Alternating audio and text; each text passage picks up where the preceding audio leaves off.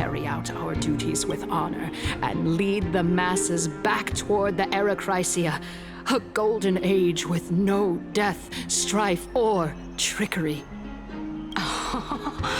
Oh my, 15 days and nights. That aligns perfectly with the date of your demise. Could such a coincidence truly exist? Using death to prove myself fits my intentions perfectly. What strong conviction you have, as expected of the hero who dared to stand up to the Gold Weaver. As expected, she misunderstands you. That's enough, Lady Kindness. Dispense with the niceties. I only accepted your invitation so that I can serve the commoners alongside the members of the Council of Elders. Don't test my patience with such superfluous formalities. Well, you say that now, but surely you also require my aid as well, so that you can stay alive even when being pursued by the Golden Thread? You worry too much. She won't show her hand too freely, as she still needs to garner support from the masses at the Citizens' Assembly. Even someone like me can tell that only a sliver of her humanity remains. Surely you're not asserting that she will definitely act in a rational manner. As you're no doubt aware, Aglaya covets the core flame that I possess, which makes it the bargaining chip that allows me and the rest of you to negotiate with her. However, in return, I'll need the Council of Elders to support me as much as possible. Naturally, this includes the guards as well. You're well aware how valuable Circe's core flame will be in the Era Chrysia that you are desperately pursuing. Talk is cheap, so you'd better act prudently as well. I understand. After all, this battle of wits is just a means for each party to acquire what they need. As long as your request is reasonable, the Council of Elders never shortchanges its allies. Since we're both intent on mutual cooperation, let's not mince words and just speak plainly to each other. Let us decide how much we can secure for ourselves and how much we're willing to sacrifice, like true philosophers, with our words and wisdom. Continuing from the earlier topic, let us discuss our common enemy, Aglaya. She is the second most experienced Chrysos heir across the whole of Akama, who has gradually lost her humanity to the ravages of time and the ablation of the core flame. A formidable opponent indeed. Admittedly, there is ample reason for her to take your life. Yet your previous reasoning is quite sound. As a seasoned political animal, it's unclear whether she will actually cross that irreversible boundary. Moreover, she still needs you alive so that the Titan's trial can be completed. Is there anyone present who can swear by the sacred vow of Kefali and guarantee that you weren't in league with that woman before coming here?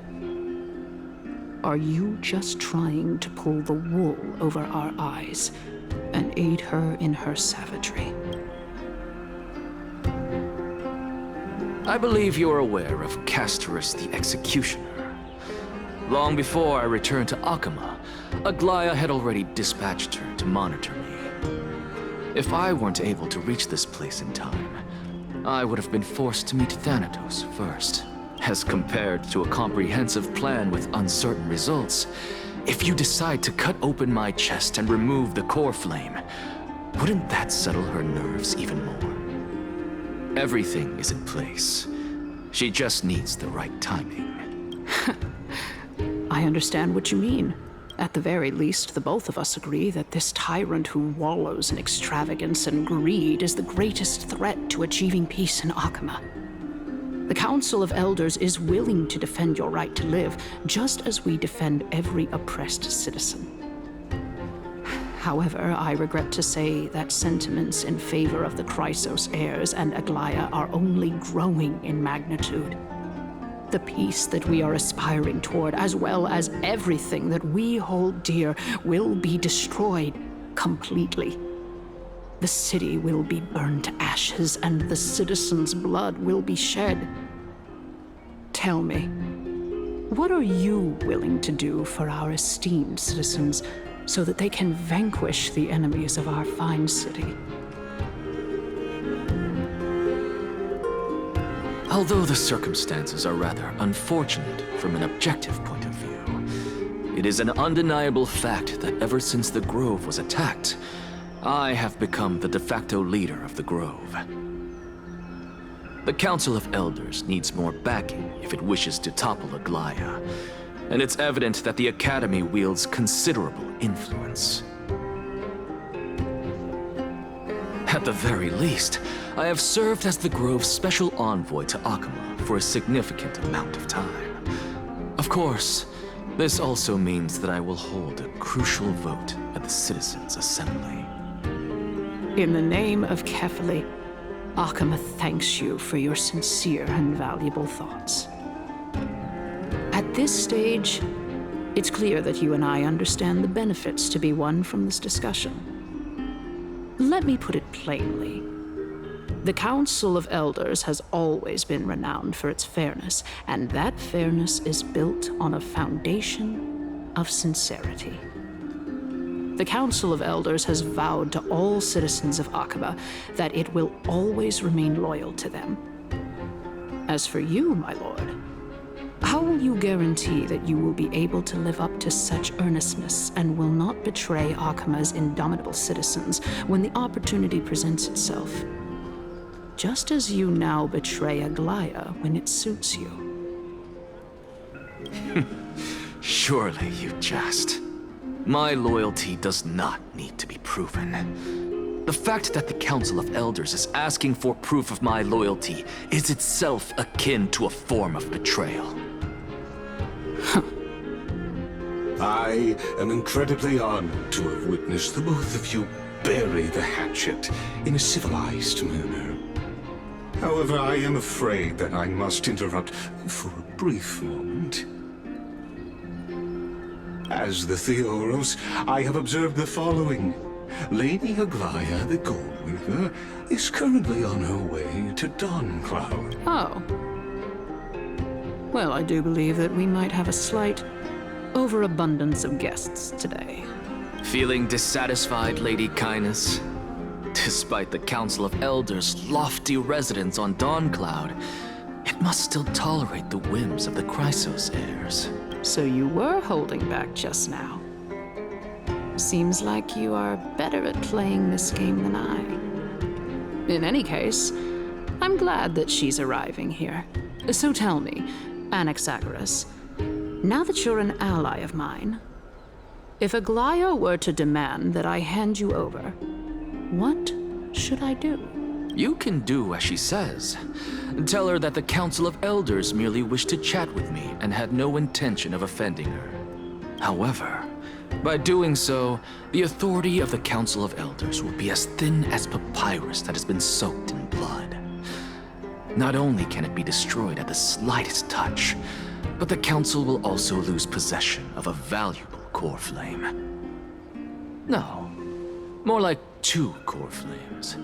After all, at the next Citizens' Assembly, that young lady who is synonymous with death will also be standing on our side. Oh? How can you be sure of that? Is that of importance to you? All you need to know is that I have a plan. In my opinion, you should be more worried about the impending threat. If Aglaya can seize me in full view of the masses today, she could also dismiss the entire Council of Elders in one fell swoop tomorrow. If that happens, the discussion that we've just had will turn into an utter joke instead. Is this the outcome that you wish to see, Lady Kindness? Fine. I will handle this matter appropriately. But you do best to remember this. Fool the people, and karma will be on your tail. I'll overlook it this time, but don't count on there being a next time. Unless, of course, you crave cruel punishment and consider suffering the perfect state to ponder the true nature of souls. Well, what do you know? That happens to be one of my rare talents. We shall see then. I've got to say that you've managed to really impress me again. But shouldn't you be going after more? Dying to know what I'm after. I mean, I'm the reason Titan after all. It is in me to ask and seek answers. Easy there. You'll learn the answer soon enough. I didn't bring it up with her purely because she doesn't have the means to give me what I truly want. It's as they say, onlookers see most clearly. The true masters of Dawncloud have always been the Theoros, who watches over everything.